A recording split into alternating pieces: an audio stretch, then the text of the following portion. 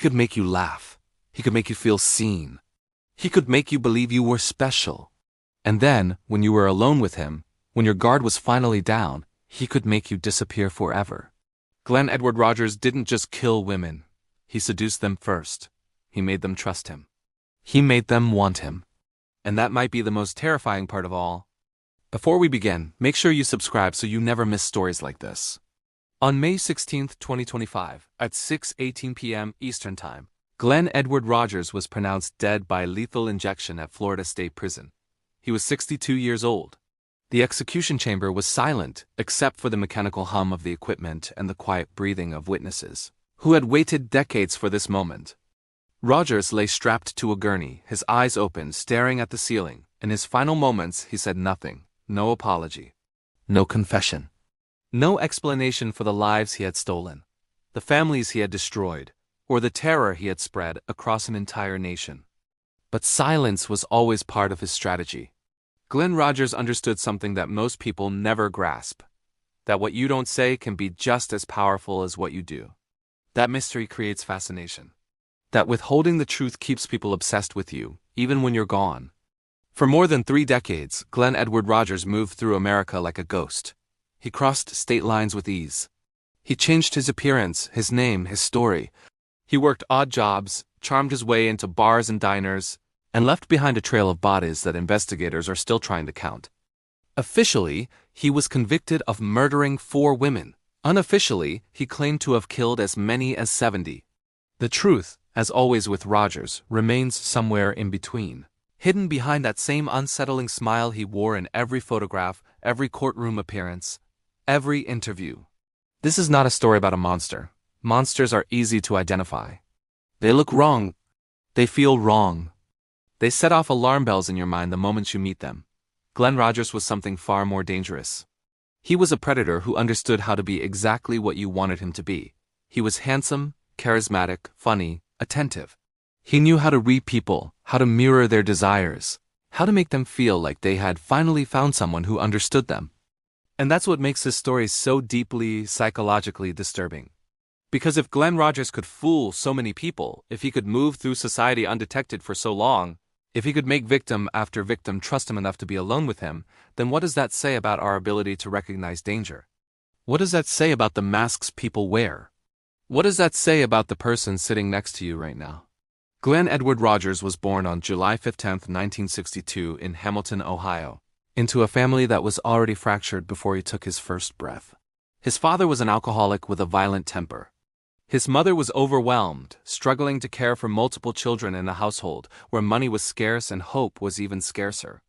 Glen was the second of 5 brothers, and from an early age, he learned that survival meant adapting, manipulating, and taking what you needed before someone else took it from you. Childhood trauma doesn't excuse what Glen Rogers became, but it does help explain how he learned to see people as objects, as tools, as things to be used and discarded. In the Rogers household, affection was conditional. Attention was earned through performance. Love, if it existed at all, was transactional. Glen learned early that if you wanted something, you had to charm it out of someone, lie for it, or take it by force.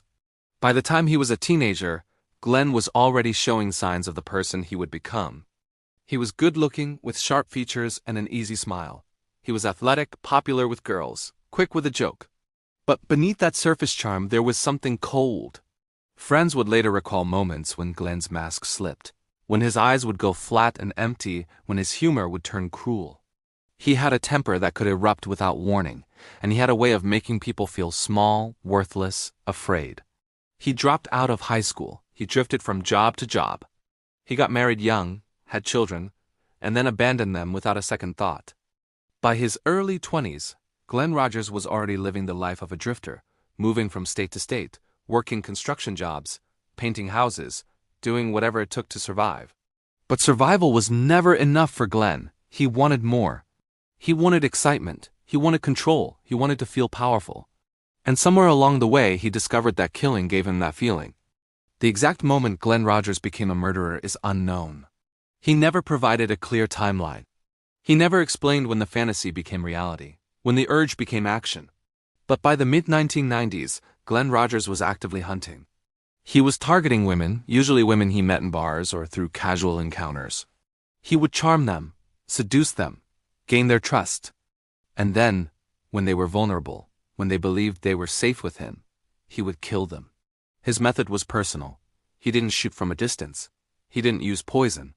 He strangled them. He stabbed them. He beat them. He wanted to feel their life leave their bodies. He wanted to watch the light go out of their eyes. He wanted to be the last thing they saw, the last person they thought of, the final moment of their existence. Would you have trusted him? If you had met Glen Rogers in a bar, if he had bought you a drink, if he had made you laugh, would you have seen the danger? Or would you have seen what everyone else saw, a charming, attractive man who seemed interested in you? In September 1995, Glen Rogers was in California. He was working odd jobs, staying in cheap motels, moving frequently. He met a woman named Linda Price. She was in her 30s, recently divorced, trying to rebuild her life. Glen was exactly what she thought she needed: attentive, funny, interested. They spent time together. They went out. She introduced him to friends. She let him into her life.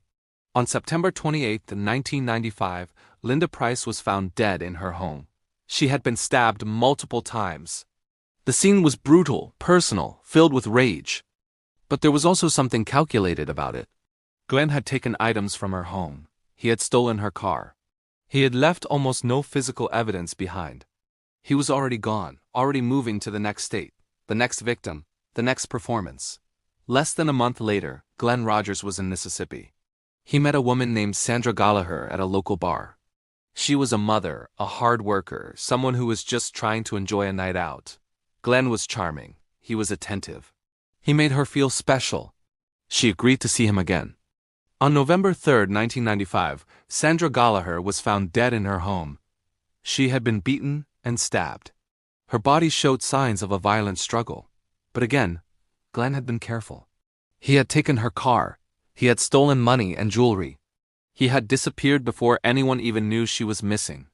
The pattern was becoming clear, but law enforcement across different states didn't yet realize they were dealing with the same killer. Glen Rogers was moving too fast, crossing too many jurisdictions, leaving too little evidence. He was a ghost, a shadow, a predator who understood how to exploit the gaps in the system. By November 1995, Glen Rogers was in Florida. He was staying in the Tampa area, working construction, blending in. He met a woman named Tina Marie Cribbs at a bar. She was young, only 36, with her whole life ahead of her. Glen was everything she thought she wanted: handsome, charming, interested in her. They spent time together. She trusted him. On November 9, 1995, Tina Marie Cribbs was found dead in her home. She had been stabbed repeatedly. The attack was vicious, personal, filled with rage. But once again, Glen had been methodical. He had stolen her car. He had taken valuables. He had vanished. 3 women dead in less than 2 months. 3 families destroyed. 3 lives stolen by a man who saw them as nothing more than objects, as opportunities, as things to be used and discarded. But Glen Rogers made a mistake.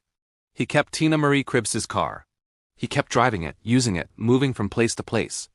And that car became the thread that would finally unravel his entire operation.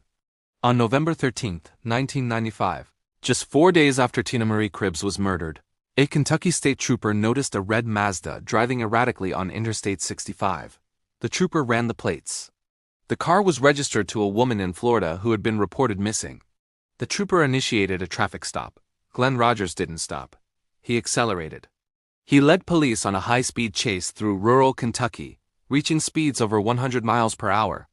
He was desperate, reckless, finally losing the control that had kept him hidden for so long.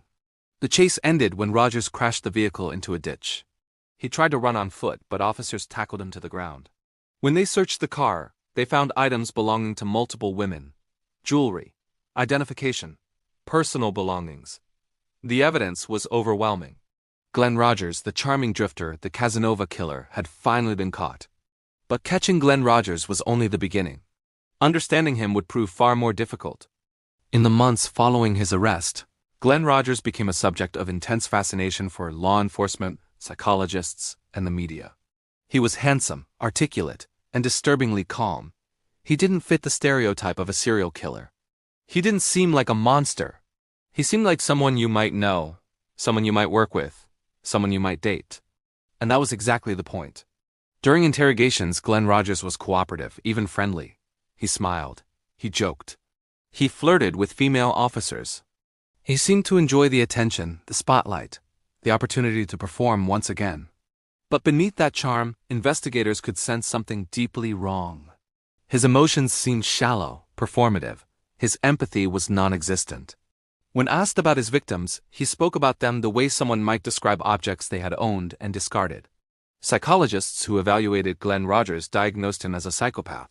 He exhibited all the classic traits: superficial charm, grandiosity, pathological lying, lack of remorse, shallow affect, and a complete inability to form genuine emotional connections. He saw people as tools to be manipulated. He felt no guilt for what he had done.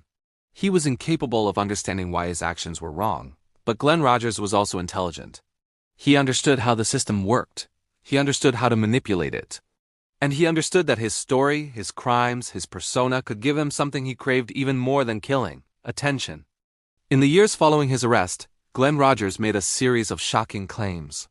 He told investigators that he had killed far more than the 4 women he was charged with murdering. He claimed to have killed as many as 70 people across multiple states. He provided details about unsolved murders. He described victims that law enforcement had never connected to him. Some of these claims were credible, some are not. Glen Rogers had discovered that by confessing to unsolved murders, he could keep himself relevant, keep investigators interested, keep the spotlight on him. He could control the narrative even from behind bars. But the most disturbing claim Glen Rogers ever made had nothing to do with the murders he was convicted of. In the late 1990s, Rogers told investigators that he had been hired to kill Nicole Brown Simpson and Ron Goldman in 1994. He claimed that he had been paid by someone to rob Nicole Brown Simpson, and that the murders had occurred during that robbery. He claimed that O.J. Simpson had been involved in planning the crime. This claim sent shockwaves through the media. The O.J. Simpson case was one of the most famous criminal trials in American history. The idea that Glen Rogers, a serial killer, might have been the actual murderer was sensational, controversial, and impossible to ignore. But was it true? Most investigators believe Glen Rogers was lying. The timeline doesn't match. The evidence doesn't support his story. And Glen Rogers had a documented history of making false confessions to gain attention. He was a manipulator, a liar, a performer who understood that the more outrageous his claims, the more people would pay attention to him. But the fact that he made this claim at all reveals something deeply disturbing about his psychology. Glen Rogers didn't just want to be known as a killer. He wanted to be known as the killer. He wanted to be connected to the most famous murder case in modern American history. He wanted to be remembered, talked about, studied.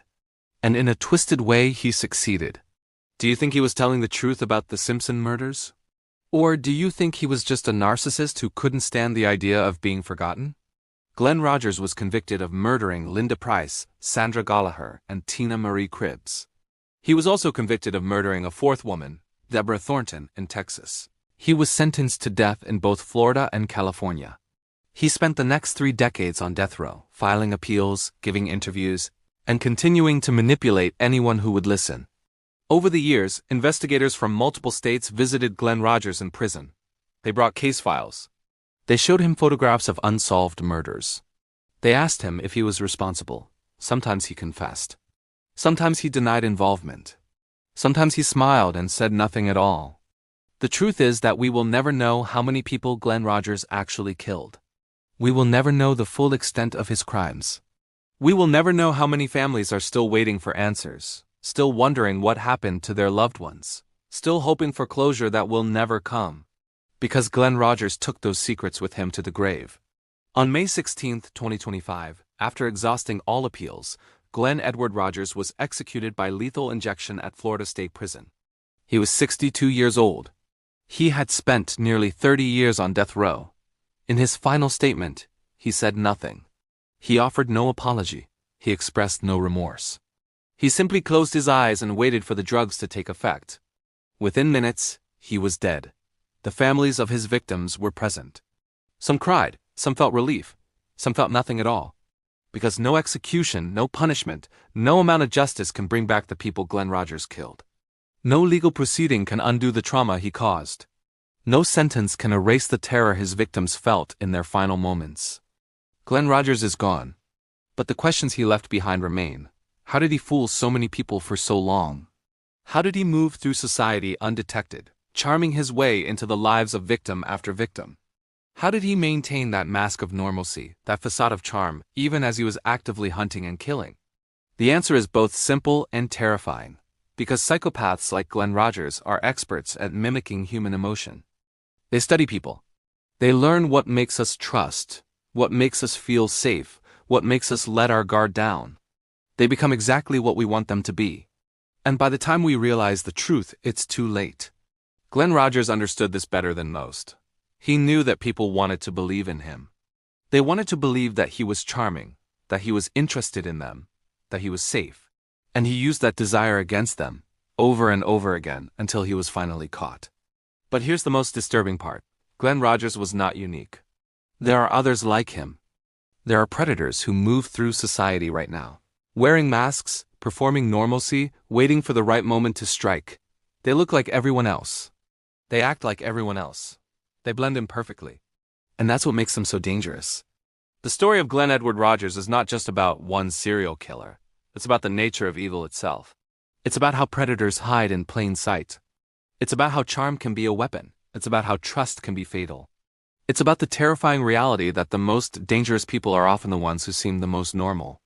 Glen Rogers is dead. But the lessons his life teaches us remain.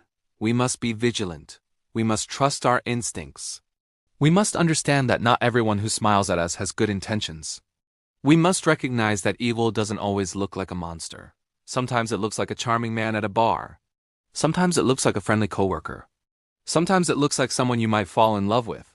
And by the time you realize the truth, it might already be too late.